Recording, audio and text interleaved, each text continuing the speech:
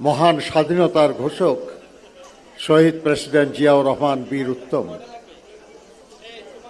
এটা ইতিহাসের অংশ। যে দেশে ৭৪ সালের দুর্ভিক্ষে লাখো মানুষ জীবন দিয়েছে, সে দেশকে খাদ্যে স্বয়ংসম্পূর্ণ করার উদ্যোগ নিয়েছিলেন তিনি। বেকারত্বের অভিশাপে যে দেশের মানুষ আর্তনাদ করছিল, তাদের জন্য কর্মসংস্থানের ব্যবস্থা করেছিলেন। যে দেশের মানুষ নিশ্চিন্তে নির্বিঘ্নে ঘুমাতে পারত না, তাদের জন্য তিনি শান্তি এবং শৃঙ্খলা প্রতিষ্ঠা করেছিলেন।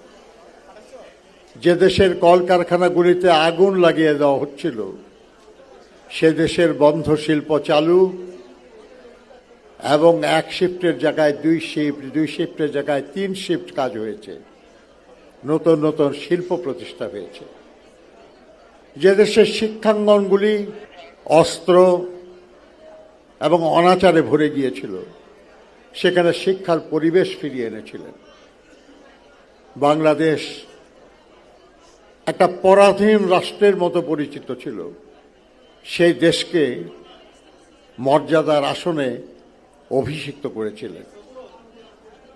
কিন্তু দুর্ভাগ্য, দেশ এবং দেশমাতৃকার কল্যাণ করার জন্য, মর্যাদা দেওয়ার জন্য, সমৃদ্ধ করার জন্য যিনি কাজ করেছিলেন, তাকে হত্যা করা হলো।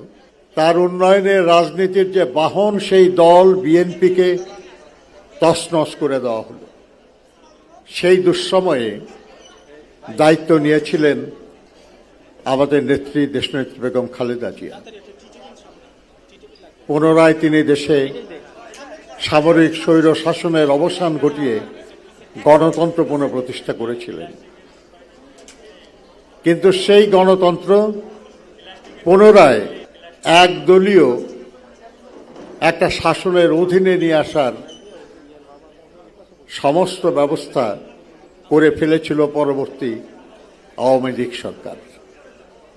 তার বিরুদ্ধে দীর্ঘ 16 বছর আমরা লড়াই করেছি।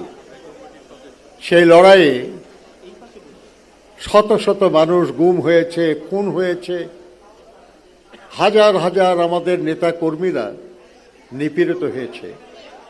লক্ষ লক্ষ নেতাকর্মী মিথ্যা এবং গায়েবী মামলায় হয়রানির শিকার হয়েছে।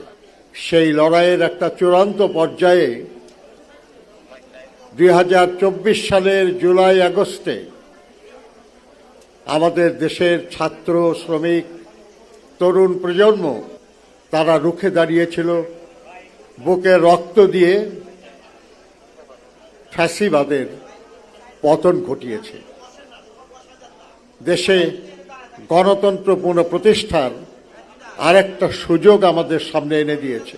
এই লড়াইয়ে যারা জীবন দিয়েছেন, তারা শহীদ। আমরা তাদেরকে শহীদের মর্যাদা দেই এবং আল্লাহ তাআলার কাছে প্রার্থনা করি, মহান আল্লাহ যেন তাদের শহীদ হিসাবে কবুল করেন। সারা দেশে ছড়িয়ে পড়া এই লড়াইয়ের সামনে ফ্যাসিবাদ টিকতে পারে নাই। তাদের হাতে অস্ত্র ছিল, অবৈধ অর্থ ছিল, সুবিধাভোগী বহু মানুষ ছিল, কিন্তু আন্দোলনের মুখে কেউ টিকে নাই। নতুন সরকার এসেছে এবং সেই সরকার নির্বাচনের আয়োজন করেছে। নির্বাচন আসন্ন।